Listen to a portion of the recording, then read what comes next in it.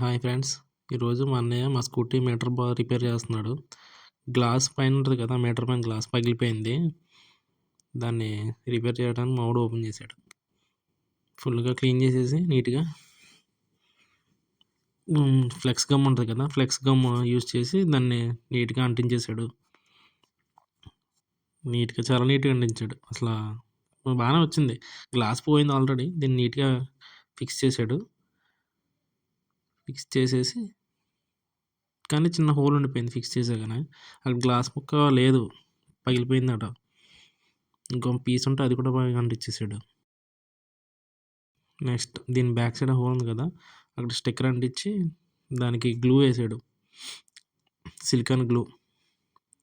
ఆ glue heat గన్తో glue అంటించేసి dry చేసి hair డ్రైయర్తో పైన వచ్చిన దాన్ని బ్లేడ్తో కట్ చేసేసి నీట్గా ఫిక్స్ చేసాడు మా వాడు. ఇప్పుడైతే వాటర్ అయితే లోపలికి వెళ్దాం, మీటర్లోకి కంప్లీట్ అయిపోయింది. ఇప్పుడు బాగానే ఉంది, వాటర్ అయితే పోదు లోపలికి.